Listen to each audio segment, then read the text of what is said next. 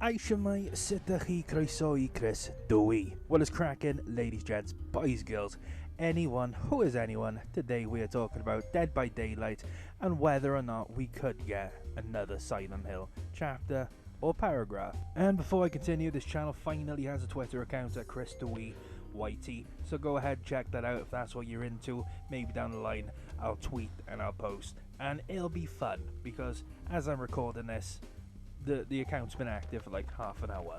So why make this video? Well, I thought it'd be fun, to be honest, and with Resident Evil having 2 chapters, and you know, sometimes you hear rumours about a third maybe being in the works, especially with that phenomenal game coming out at the end of the week. If you know, you know. I thought, well, with Silent Hill 2, there being a remake in the works, there is a possibility for a second Silent Hill chapter or paragraph. Well, the question is, who would be the killer in a second Silent Hill DLC? Who would be the killer? And you know, when you think about bad guys in Silent Hill, you sort of immediately think about Pyramid Head, even though he is in Silent Hill 2 and released with Cheryl from Silent Hill 3. That said, with Dead by Daylight touching on the earlier Silent Hill games, I think it just leaves out one of my favourite Silent Hill games ever, and that is Silent Hill 4 The Room. And I don't really know why, because Silent Hill Homecoming and Silent Hill Downpour, those are both pretty mid, to be honest. I didn't really enjoy them as much as Silent Hill 4 when I played Silent Hill 4, but it is what it is. You know, I think it's sort of like approaching the end of the golden era where this franchise just sort of like barreled downhill. And you know, Silent Hill 4, I thought it's just good. It is good. And I think maybe if it hasn't been touched by Dead by Daylight, maybe that's because there is potential for a second Silent Hill chapter. But the question is, the elephant in the room is, who would be the characters included within the chapter? Well, fingers crossed you haven't seen the thumbnail, because that would have spoilt the video. Because what I'm going to suggest is that Walter Sullivan would make a great killer in Dead by Daylight. Now, who is Walter Sullivan? Well, he's a serial killer and a religious fanatic trying to carry out the 21 sacraments in Silent Hill 4 The Room. And if I remember correctly, around about the point where he gets to 10 kills, he gets put in jail and he does himself in with a spoon and then carries the whole thing on as a ghost, so it's even more mental, even more scary, and I believe that is very fitting for Dead by Daylight. And I feel that in the entity's realm, Walter Sullivan will be right at home doing his thing. And by his thing, I mean just sacrificing people. It makes more sense than the Demogorgon being in the entity's realm. So when it comes down to our boy's power, ideally it would be something that employs high mobility tactics, opposed to maybe just camping 3 gens for 40 minutes until the survivors DC because they've just had enough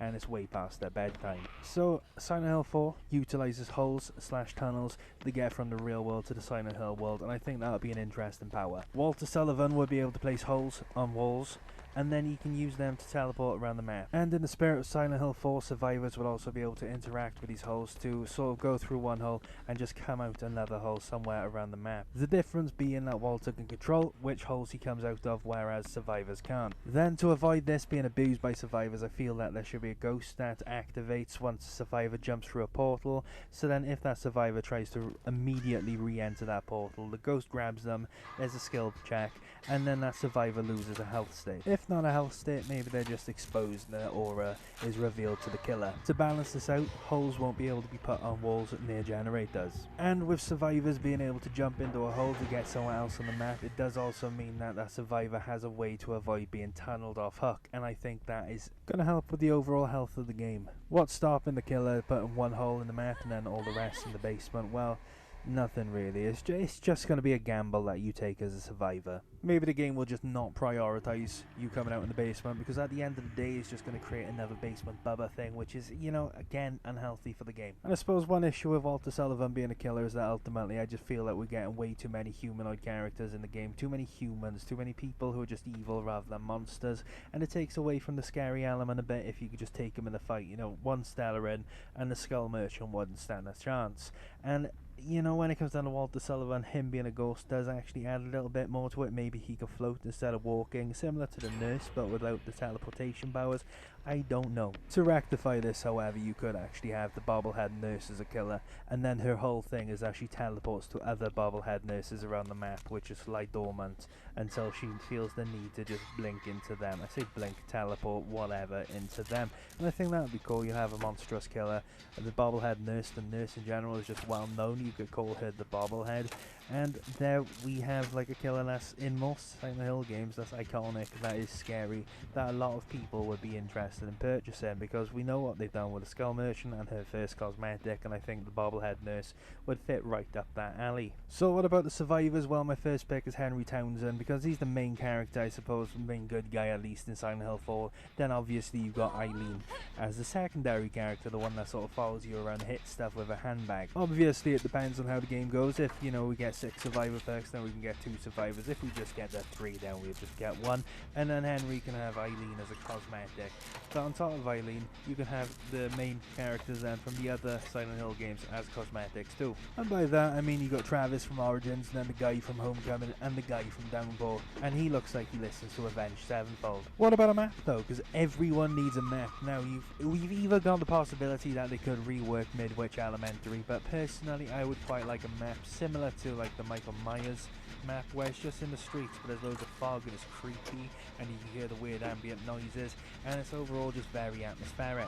So what about perks? Because I feel that perks make or break a chapter. A good perk can make a good chapter, and I think I'm going to give 1 perk for both survivors and killer, and then you can come up with the rest in the comments if that's what you're into, if that's what you want to do, if that's going to keep you occupied and keep you happy, you know. So 1 perk that I think would be good for the killer is when the killer hits a survivor with a basic attack, that survivor is inflicted with status effects, that when that survivor approaches another survivor, those status effects are then passed on to that survivor, and then it goes down until it's gone through all 4 survivors, with the final survivor becoming exposed as a result. I think that this would tear through 4-man squads, and yeah, it could help with griefing, but at the end of the day I think it would be good, because you see a lot of complaints about 4-man squads, and I don't think 4-man squads are that popular, that common, but it's always sort of the bogeyman, the straw man that people point the finger at and go, oh, this game's ruined by that. So I think that this perk would actively sort of punish these guys for working together, and although they could communicate, what you end up with is that everyone's low-key kind of inconvenienced is the word that I was going to use. But what you will have is survivors having to choose whether or not to pass the status effect on to somebody else, and then eventually somebody becomes exposed, or if they just want to keep them for themselves and maybe the duration of these status effects could just last longer. For a survivor perk, what do we have? Well, what we have is perk to capitalize on the voyeuristic themes that Henry Townsend seems to show during Silent Hill 4 when he peers through the hole and watches Eileen, and then he peers through the peephole. All in all, he's a creepy little peeper, and I think that's pretty cool, and I think that can be made into a pretty cool perk. And I think it would be pretty cool if you as a survivor have the ability to maybe latch onto the corner of a wall, poke your head around the corner, and go into first person. You're stuck in that position as if you're in a locker kind of thing, except you don't make a noise, but you're stuck there, your head is poking out, so there's less of your body sticking out, so you are more concealed. Then you're also in first person, so you can't just look behind you. So this will make you quite vulnerable to sneaky killers, but if you're in a corner somewhere, you could also use it to sort of scout out a generator to make sure that killers aren't creeping around. And maybe this could maybe extend the terror radius or something, highlight auras, or maybe just going into first person would be pretty cool as a survivor, because, you know, I wouldn't want to play survivor as first person as a whole. But being able to see first person would be a pretty cool experience now and then. Maybe you can hide in chests and you can lift the lid up just so you can peek out a little bit, so you can go first person like they do in other games. I think that would also be pretty cool. And I think I'm going to leave it there, guys. If you got any perk suggestions, leave them in the comments. I'm personally going to read through them, and I'm looking forward to seeing if there are any in the comments when I wake up. I think it's going to be pretty nice to read, and it's just nice getting some genuine and general discussion about the game that isn't just us versus them. And if you know what game's coming out at the end of the week, then I've got a video in mind coming out based on like speculative, what could we get from a chapter based on that game, and then the gameplay is going to be a bit more themed, it's going to be a bit more fun. I'm looking forward to it. It feels really interesting. What I've got planned seems really interesting. It's just putting it into a video and uploading it. I'm looking forward to it, to be honest. The only catch is I can't say when that's going to come out, because if I do it, I'm just not going to do it, which seems to be a curse on this channel. Whenever I say I'm going to do this thing next week, I just don't, and then I forget about it, and then it's like a year later. So yeah, that's going to come out at some point. But without further ado, guys, I want to say goodbye, and I want to say thanks for watching the video. If you liked it, obviously like. If you want to subscribe. If you want to comment any perk ideas, that's going to be pretty dang gnarly. And obviously now I've got a Twitter at ChrisDeweyYT. Feel free to jump on there and check it out if you want. There's nothing on it right now, because again, I'm about, well, at the point of finishing this, about an hour into having a Twitter account. So, you know, it is what it is. But without further ado, guys, take care, live, laugh, love, and thanks for watching.